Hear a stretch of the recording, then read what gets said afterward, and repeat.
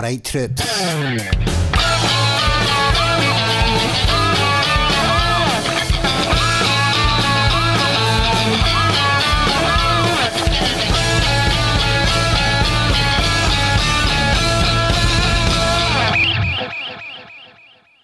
Stuart, pleasure to have you on the show, my man. How are you keeping? I'm very well, thank you. It's an absolute pleasure to be here, wherever this is. In the midst of the cyber meta, whatever it's called, verse these days. Yeah, now that I've learned all the buttons so that we can actually make it work. Yeah, well, don't worry, you're not the first and you won't be the last. Like, there's been many a time when people came on and they've been like, is it working or is it not working? And I'm like, well, I can hear you, so yeah, well, that's working. Yeah. But the ones that I turned 45 in the summer, and honestly, there's this old Manny now creeping on my shoulders. Earlier today, my wife just stood and shook her head at me because I was trying to plug something in, and I was like, "Why does everything have to have a USB? Why can't it just have a plug?" She just stood like, "Oh well, no." In fairness, there's something that I can actually let go with that as well. So obviously technology has moved on, right? And it's all, like streaming and all this crap. But I still like a DVD. I like physical media. So when I moved into the gaff that I'm in just now at the time of this recording, I was like, right, I can't get actual TV or anything like that put in because it's a temporary accommodation. They don't want to be left with the bill. Understand that. So I thought I need a DVD player. Got said DVD player. And I was used to them having, remember the scat leads? Oh, yeah. Big scat leads. They don't have them anymore. And it's changed to HDMI cables. And I was raging because they don't supply the HDMI cables with the DVD player. You've got to go out and buy an HDMI cable separately. So I was having that kind of that rant of like, what happened to I've got 3 scat cables in the house. I could have went and got them. What? Just thought it's that way. I'm like, for God's sake, I've got to go out and buy a HDMI player, and it's going to happen again. It'll happen again in 10 years' time. I sympathize. I sympathize. I used to be a manager for Blockbuster Video. Back in the day, right? I used to be a manager of a bunch of Blockbuster videos, so that's the kind of old school I am. Right. Well, I've got to ask. I still have boxes of classic VHSs in the garage, Right. Well, I've got to ask. Did you watch the South Park episode where Randy Marsh buys a Blockbuster video? Yeah. How much of that related to you? You know what?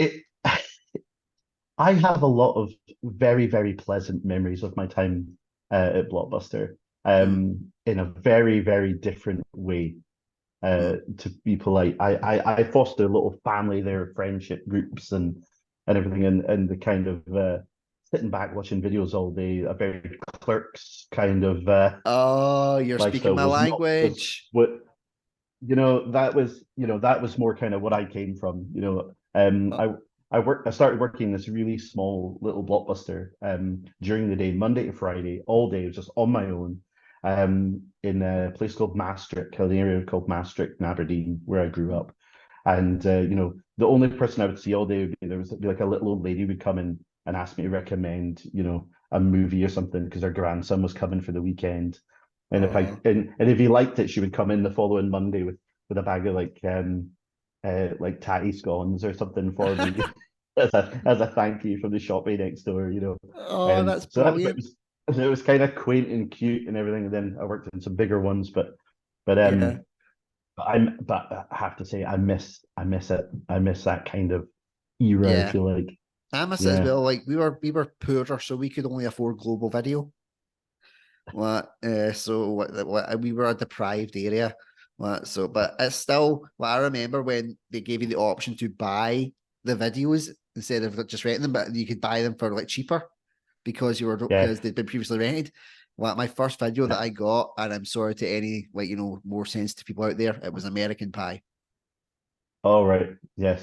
Okay, that's disgusting. Correction, I got like my parents to buy it for me. I was still underage. But yeah, in fairness, I learned a lot from that film. Well, exactly. Yes. You learned, of course, what not to do and how not to treat women. Exactly. We have like you watch it now as a reminder of where you were in the past and where have you evolved to in the present. AKA, I got facial hair.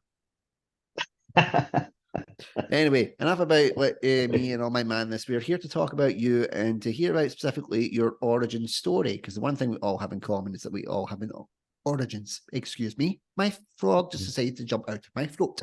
So, Stuart, for my audience, please tell us your origin story while I take a drink of Diet Iron Brew. Diet Iron Brew. I'm watching my figure. No one else is. How the other half live.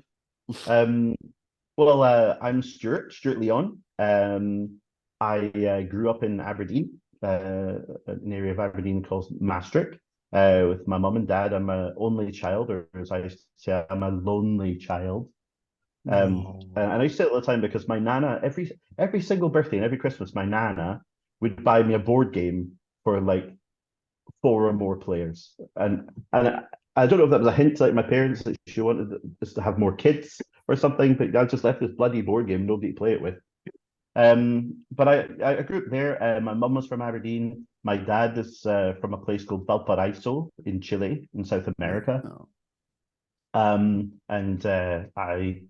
mum was very Doric. My dad obviously spoke very kind of broken English, and I don't sound like either of them. Yeah, growing up in Aberdeen was, I was a pretty good kid, I think. I wasn't in the street gangs or anything. I was quite a geek, quite a nerd. So I mean, that's why a lot of your shows really speak to me. You talk about Generation 1 Transformers and all that kind of stuff. That's totally my bag. My friends, he has done his research. I am honored.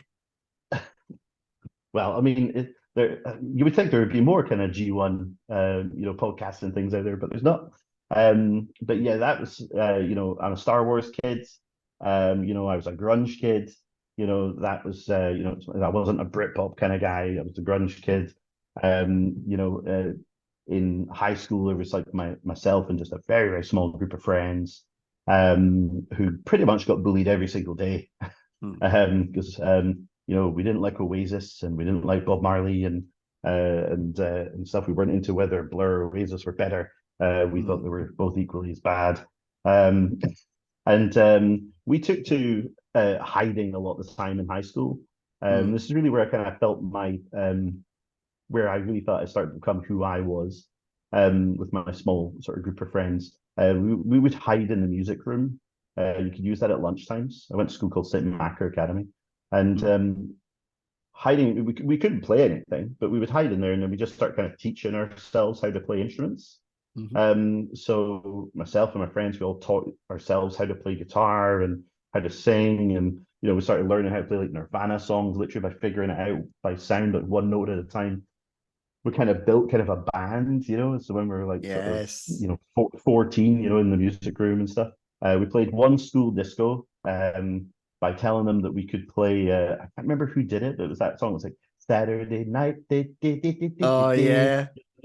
So we told them, oh yeah, we play pop songs, yeah, and like I'd learned how to play like the riff at the beginning of that, but we couldn't play any of that. We played like Iron Maiden and Nirvana and stuff instead, and we're instantly banned from ever going back. We trashed the stage at the end. It was really pathetic when you see the video. It was really sad, but we were like, yeah, we're totally rockers. We had our first gig when I was 15 in a pub called the Malt Mill in Aberdeen. We were really excited with 8 songs, all cover songs, of course, and we were ready to go. And we got on stage, and we were about halfway through the 4th song when like the compere, the host, came on and said, "Yeah, that's fine, boys. That's enough. That's plenty." And that was the gig over. So we had a meeting afterwards. We had a meeting afterwards to decide, what we should do and how we, debrief. How did that go? So we decided then, we can't play those songs very well. The people who wrote those songs, they play them really well. And if you can't play it as well or better than those people, there's not really any point. So why don't we write our own songs from now on?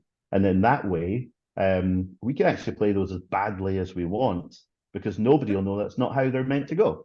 Nobody knows that, oh, that's out of key. Nobody knows that's not. So from when we were 15, I play guitar and sing. and I started, doing that um, back then, and we still record stuff. 3 out of the 5 of us from way back then when I was 15, we still, we're best friends, and we still, we still play, we still record songs, still write songs. Brilliant. But But there you go, people. Rock music is what is the best music because it has longevity. Even the bands that exactly, like you don't hear from, like, and I don't mean that offensively because I want to find out what the name of your band was specifically. yeah, Because no one will ever heard of it. yeah, because it's one of those ones like, when you get band names in high school and you come up with a band name, you think it's all like, really edgy and all that kind of stuff. Then you grow up and you go, what the hell were we smoking when we came up with that band name? Yeah.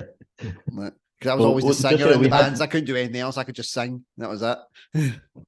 I think your watchers, listeners are going to want to hear some of that towards the end of the show if you want to prep something for them. Well, I think we will need to do that. We have done that actually in previous episodes, my friends, where we Oh, actually did. wow.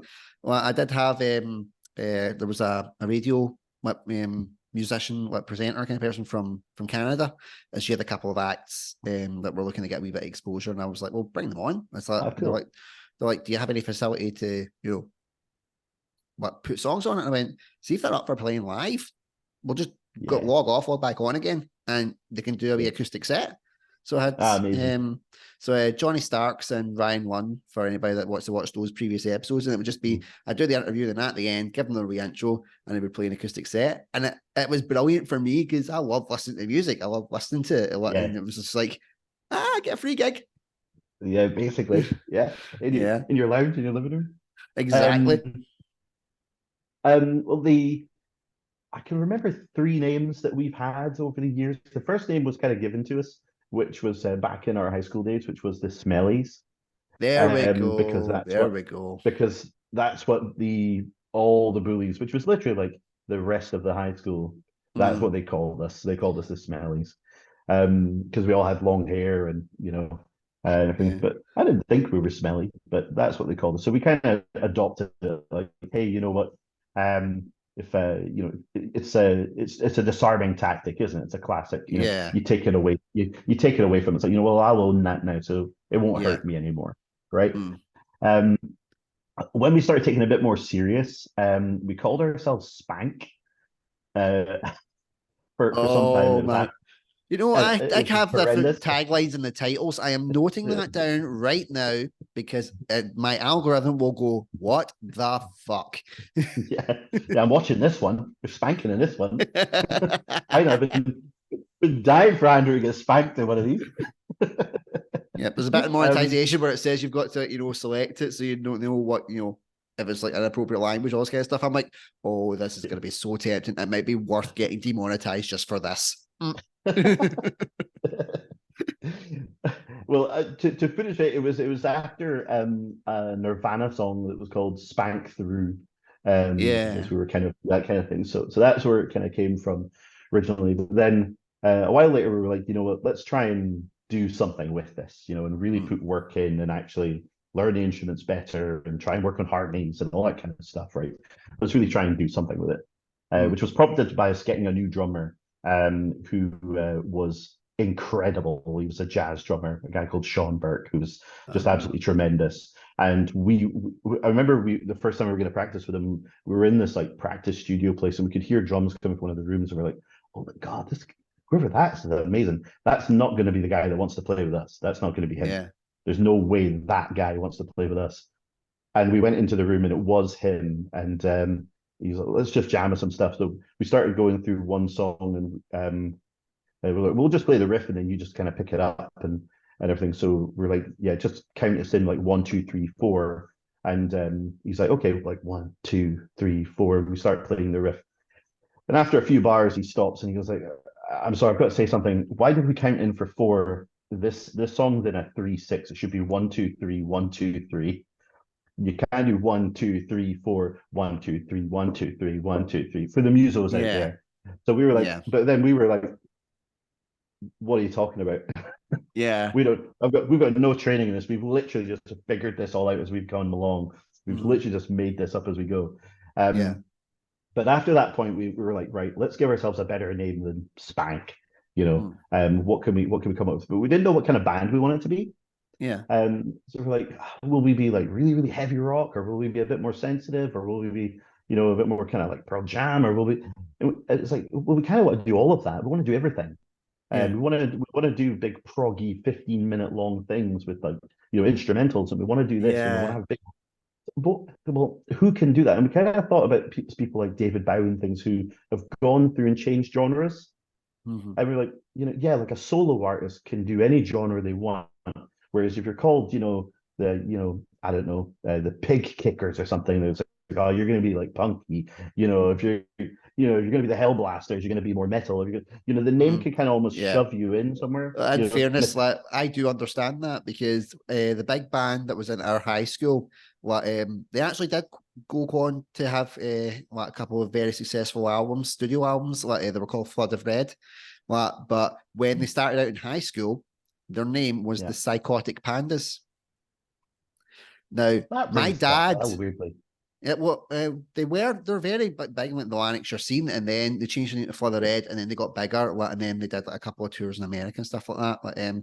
Yeah. They were on when I was still trying to figure out how the show was going to go, when I absolutely sucked ass. I was so bad at it, and I felt like so like imposter syndrome. I'm like, you guys have been in fucking Canada, and you're only on this because like I once jumped off a stage and crashed through about 10 tons of chairs. And that's really like but we all went to like when we did drama, we did music together and all this kind of stuff as well. But yeah, so my dad, he's still like, if I say, I was like, oh, Callum Doris messaged me. Because you're getting name dropped, mate, because I fucking love you. And he was like, oh, who? And I'm like, he used to play in Further Red. Who? Psychotic Pandas. Oh, the guys with a funny name. Oh, I like them. So yeah, but he'd always remember them as that was the band that screamed a lot, weren't they? And I'm like, yeah, they did. But then you realized that Jordan could actually sing and he was fucking good at singing. So yeah, they kept Yeah, that in as well. And that's how it worked. But yeah, so I can understand. that's The point was, I understand how a name can have an impact in what style of genre people think you're going to play. yeah. So that's absolutely it. So we were like, well, what will we do? And uh, my friend, so I'm Stuart Leon. And in the band at one point, actually, we had my friend Stuart Campbell, and then we also had my best friend Stuart Niche. So we the three Stuarts, we always still live together Yeah. and stuff as well. So it's like all my friends. I'm Leon. It was Leon Campbell Niche. We went military. You had to. Even Niche in my phone is Niche because when I came to put in Niche first name, what's his last name? His last name's Niche. So he's down as Niche. But he came up with a couple of names, which was Eric Ewan, which was named after I think it was like he used to do like the fantasy football thing, but it was when you had to do it through the post every week for like 15p. Yes. And I think like one of his players got like player of the year or something of fantasy football, and it was this player he made up called Eric Ewan, who I think was like his two brothers like middle names or something like that he made up. It was just that was so innocuous and means almost nothing at all. And and that's a name that we still use. If you go into iTunes, for example, Eric Ewan, EricEuan, you'll find Eric Ewan, this fabled person who, for the first couple of years, we actually pretended was the person who like wrote the songs and we just played them, Yeah. to try and build up this myth, which was a waste of time. But it was a total waste of time. But that's the name that we went with we've gone with for a long time. And in Aberdeen, the Aberdeen scene anyway, certainly, we were ahead, we built up to being a headline act and, very well known. And we got played by John Peel. We supported the Stranglers, we did some Oh, wow. tours, we did some stuff. Came and played Glasgow, Edinburgh, various places at various times, Yeah. and things. We had a something. We got close to being signed by small labels a couple of times. Wow. Did you play the cat? Did You know, you play the cat house? no, never made the Cat House. Never made the Cat House. I think my favorite place to play kind of down. It would be like the 13th Note was always really fun. Oh, Loved playing the nice. 13th Note in Glasgow. Down, it just had a great vibe, and Yeah. some of our favorite bands like Mogwai and stuff like that all kind of really kind Yeah. of kickstarted Did you unique ever play places. the bar that used to be called the Barfly? Yes, yeah. A I long was time waiting. I was ago. hoping to find the connection because the two places that I played at in Glasgow were the Cat House and the Barfly. So yes, we have one. We've got one. The Yeah. Barfly. But anywhere that would have you really, would be place, Yeah. a youth hostel somewhere to, I think the best place we ever I like to name drop we did was the Hope and Anchor in London, which is Oh, in cool. Islington, which is where bands that we loved like Talking Heads and stuff like that. If ever they came to London, that's where they played, and we got to Yeah. go down there in a tour bus that we bought on eBay for 150 quid the night before our tour because the bus we were Oh, told was please gonna tell me it come wasn't like fell through. the still game sketch where he goes, I bought this cottage for £20,000. He goes through, it's just a cardboard cutout. Bastard. You just picture it um, like your album cover, just like this cardboard cutout of a bus and the four of you holding it. it was Like, that's that just your album cover. it wasn't that bad.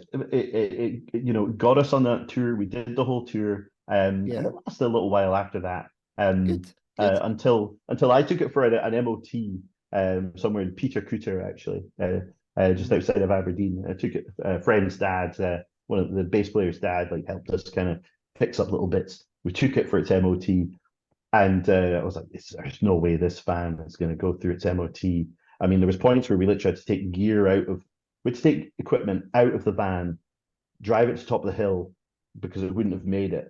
Take Wow. gear out at the top of the hill, drive back down, pick up the rest of the gear, go back, like to that kind of point, driving around like Taunton and stuff near Stonehenge and things, and having to take stuff out to just make it. Whoa. Yeah, it was horrendous. But it did the job. But Mm. we took it for this MOT and it's in there, and the guy came over and he's like, "Hey, it's passed. It's passed by skin of his teeth and a lot of advisories, but it's passed." And I was like, "Oh wow, okay." So I'm signing the paperwork. But in the background, the van is there, and it's still got all the lights going because he was testing all the lights, and he had Yeah. to put in one of the bulbs had failed, so we just went and grabbed a bulb and stuck it in Yeah. to get it to work. It was one of the blinkers, right? So it's in the background, and I'm signing the paperwork. At which point we see one of the young guys like pointing at the van and shouting and everything as the dashboard burst into flames. Whoa. Um, while I'm signing the thing, I was like, "Oh no!" And the guy turned around, looked at it. They started, fire extinguisher, turned the whole thing off. And I'm like, and I'm holding the MOT certificate at this point, and I'm looking at him like, and he's like, at the point you got this, it had passed. The fact it burst into flames a moment later, that's nothing to do with me. He's like, if you want, Oh my. just I'll help you push it around the back of the MOT center, and then if you come and get it in the next couple of days, we won't say anything about it. Oh man, that just reminds me of Only Fools and Horses. Everything he touches goes wrong, and then the bus blows up. Yeah, but it was, but it was such a kind of bandy type of thing to happen. This is the thing we stayed in when we were like sleeping in laybys and stuff on tour because we just didn't have any money, and Yeah. you don't get paid, and a big thing as I do comedy nowadays more Mm-hmm. than I do the music, and that's a massive difference. In comedy you can work up and you can make little bits of money here. Someone will throw you £15 if you've traveled sometimes, and people are quite good with things like that, and there's bucket Yeah. shares and all that kind of stuff. With music, you can an original artist, unless you're filling a place, unless you're selling merch, unless you're doing stuff, if anything, it costs you money. We stopped Mm-hmm. touring because we would phone up all the venues all up and down the country again and say, "Oh, we want to come back." They're like, "Great, we'd love you to come back. Are you happy using our sound guy and everything again?" And we're like, "Yeah, that's totally fine." And they're like, "Okay, well, that'll be £100 for the night." And we're like, Yeah. "What?" Glasgow and Edinburgh became really terrible. We're like, "Yeah, that's cool, but only if you can guarantee that you're going to sell 30 tickets." And you're like, Yeah. "But we're not from there. That's pretty hard." So we're having like literally turn up at lunchtime and literally stand, near shopping centers and near the venue stuff, like hand out flyers and do all Mm. that kind of stuff. Kind of like what people have to do during the fringe, right? Yeah. An investment thing. But there's I mean, I'm still basically I've been in comedy now for about 5.5, 6 years, something like that, I think. I'm still very much an open spot, Mm. very much low level. From Aberdeen as well, so I'm considered rubbish. I don't get So why though, because what? I have gigged with you. Well, You this is have, yeah. yeah. So The for anybody that, Panopticon was the last one, which you were great at, by yes, the way. well, thank you. I personally thought that I had done shite. Well, and I Well, still think, that's not true. and I still think I'd done shite. Well, but No, the you point did. is, You absolutely didn't. And our thank you. friend John Carruthers, Yvonne Hughes, and the like would Mm, absolutely agree with me that you did not. yeah. You did very well. Well, at Uh, the same time, like when we done that gig, obviously, because that was how we met, and you tore the fucking roof off that place, man. You were brilliant. Honestly, I was oh, pissing myself laughing, and like, because also for anybody that is unaware of the unsanctioned rule of comedians, we stand closer to the back to not mingle with the audience themselves, let them enjoy their yeah, singular experience. So obviously, I'm yeah, closer. I'm sitting up the back with Laura Quinn Go, who was there as well. Well, she yeah, because she yeah, saw it yeah, just then had to scoot. Well, and yeah. She's great as well. I'm practically like like my head on her shoulder because I'm killing myself laughing. I can't keep my head up because every joke was like bang, bang, and I'm like, I can't actually get my breath from laughing. It's like I'm actually having a like you need to prop me up. This like very like skinny Asian girl's having to prop up this fat ginger guy, because he's like. But honestly, you were fantastic. You were Well, brilliant. that's really kind. What? That's really kind of you. I never think I do well. Mm, Probably yourself and mm. you know, my friend Jamie Tate, who Yes. runs Rock Copper Comedy up in our kind of way. Mm, You know, she goes nuts at me because I don't think there's a single gig I've ever done that I thought has gone well. yeah. Um, but that comes from like why I'm kind of doing comedy now, Mm, which is, I mean, I played in the band to get away from bullying, right? That's where yeah. that kind of started. Um, and then while I was playing the band, it got to the point where, you know, I didn't get nervous going on a stage. That's people's biggest fear is going on the stage in the first place, right? Mm, And I wasn't nervous, and I'm surrounded by like my best friends, you know, mm, in the world. yeah. You know, so that's a really comforting thing. And in a band, you for that gig, it was 6 months worth of, you know, in a room 3 times a week for 2, 3 hours at a time, rehearsing Mm, and planning and writing, and you know, plus all the stuff you're doing at home. And there's a lot of work goes into that, and it's kind of on rails in a way. You know, and there's a mm, politeness when you play music, where you know, it's like this unwritten rule, like you said before, unwritten rule. The audience go, "Oh, there's a band playing. Okay, well, we're going to play a song now," and they go, "Okay." And then mm, after 3.5, 4 minutes or whatever, they then, whether they were listening or not, they then, oh, the music stopped. Oh, yeah, yeah, okay. And then you say, mm, I'm going to play another song, and then they go, okay. yeah. There's that thing, you know. So it was kind of controlled, and that really helped me because I'm not a confident person, Mm, you know, I'm not great socially and everything unless I'm in my social bubble. Then yeah. I'm quite comfortable and I'm very, you know, outgoing, and then I can be quite funny at times and stuff. But I'm not the funniest, I think, because most comedians would say they're not the funniest in their friends groups. Um, Mm, but I wanted to push myself a bit more and try and get over that kind of lack of confidence and stuff. So I started doing acoustic gigs where it'd just be me and a guitar, mm, you know, and that did get me nervous, and I really had to work at that, and I was scared of it and stuff, um, uh, and then the dream one day was to get rid of the guitar, yeah. and comedy something I'd always wanted to do, but never had the, you know, never had the guts to do it. But that was a kind of push for me. And then when I was turning 40, I was like, you know, I'd gone through some health stuff, some pretty serious health stuff over the, you know, the years leading up to that, and Yeah. an opportunity came, and I was like, you know what, who knows how much longer I have, you know, Mm, so now's the time. This is the time for me to push myself, and that's what pushed me to do, you know, just try comedy for the first time. mm, Was again to do that, and I'm still very much. I'm not confident. I'm not, but I do feel it helps me a little bit, and it helps me with kind of how I think about things and my place and how, you know, mm, I don't know, not to give me a bit more of a stride or confidence, but uh, I don't know, it's a little bit more power to myself. It sounds really yeah. cheesy, No, it's but not. Well, it's not what to you kind need. of bring it around to why I was waffling on about being in a band. I'm not just talking about it, but you know, that's where it kind of came from. It was all from, you know, social awkwardness and bullying and everything, all the way through to then wanting to be more confident. You Yeah. know, I remember going on my first holiday with my wife. We weren't married at the time. We were just we were just dating. We went on holiday to Canada, and Mm. we're in a restaurant, and something wasn't right with her meal. And she was Yeah, like, "Oh, would you mind talking to the guy and saying, something's not right and everything?" I was like, no way, I'm yeah, not doing that. We ended up having an argument about it. She's like, "I don't understand. I saw you play to 600 people a week ago, yeah, but you won't talk to this waiter yeah. about this." It's something that And unless you're no, in that type of that type of performer environment, you don't understand it. And yeah, I totally get it. Like I've been able to go on stage and like what basically be like stripped down in my boxers, kissing like another guy essentially for a play. Well, my parents were in the audience watching, thinking, right, he's definitely gay. Spoiler alert, because I've now got twins.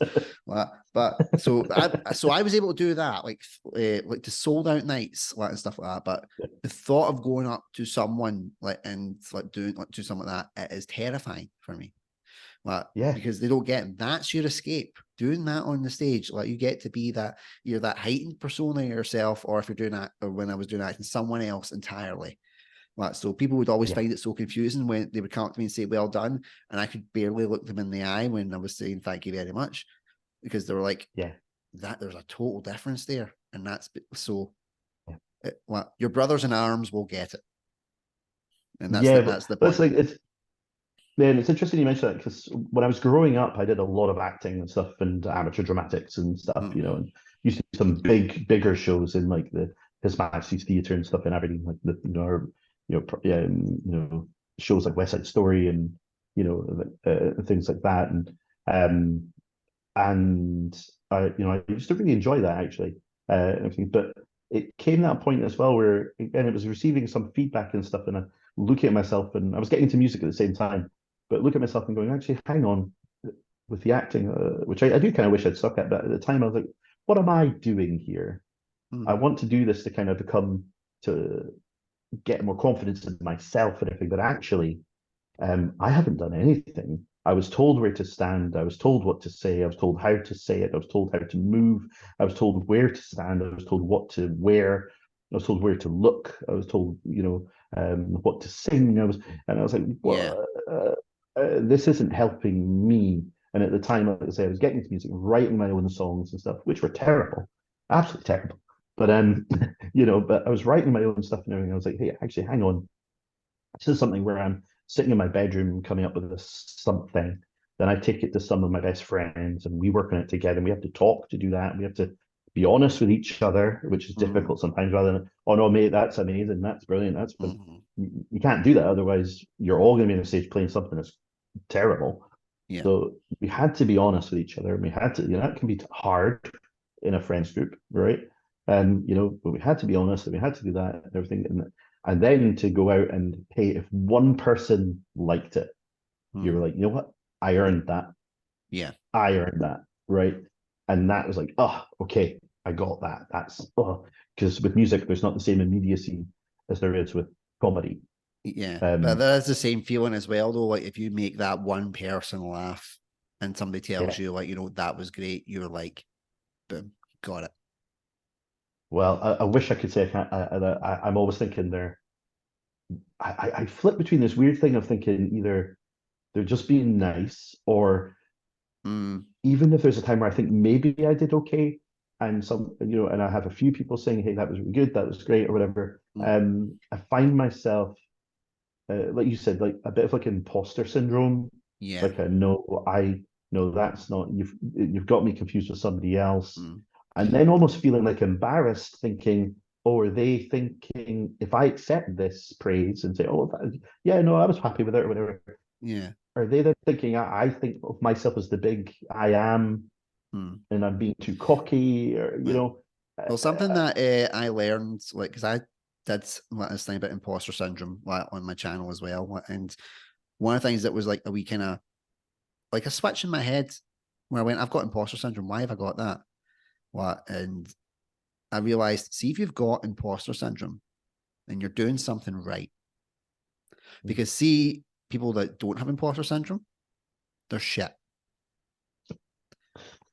Sad but true. Like if they don't have imposter syndrome, they've got a ticket about themselves, then they're not good.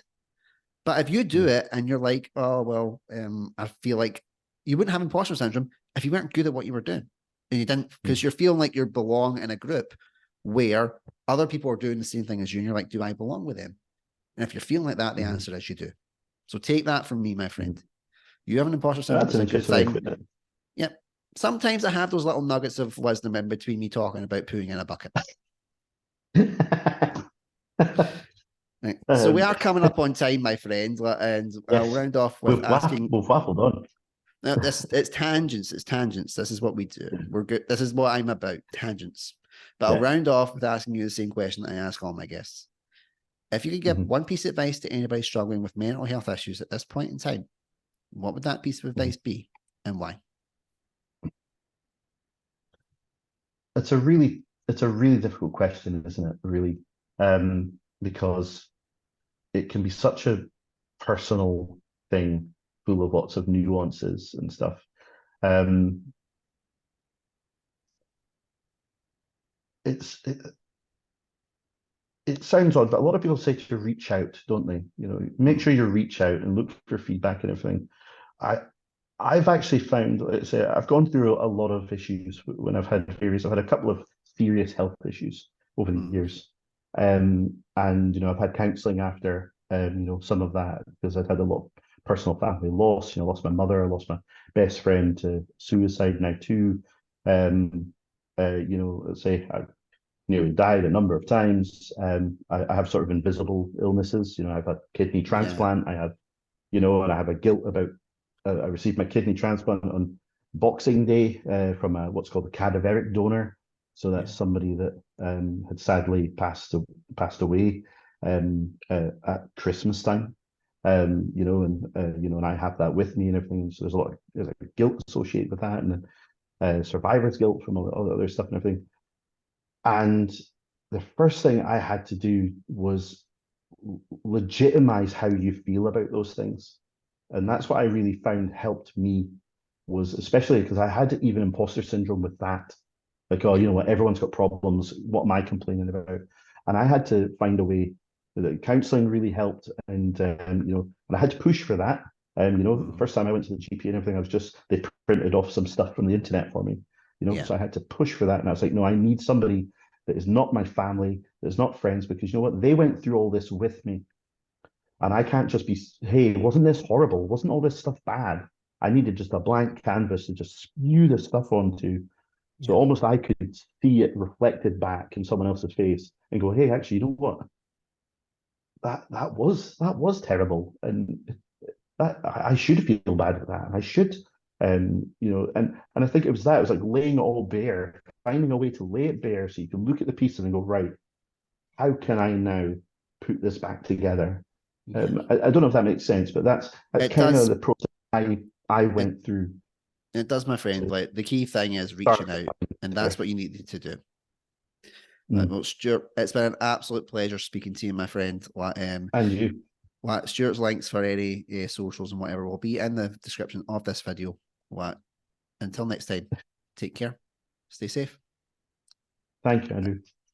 Bye bye.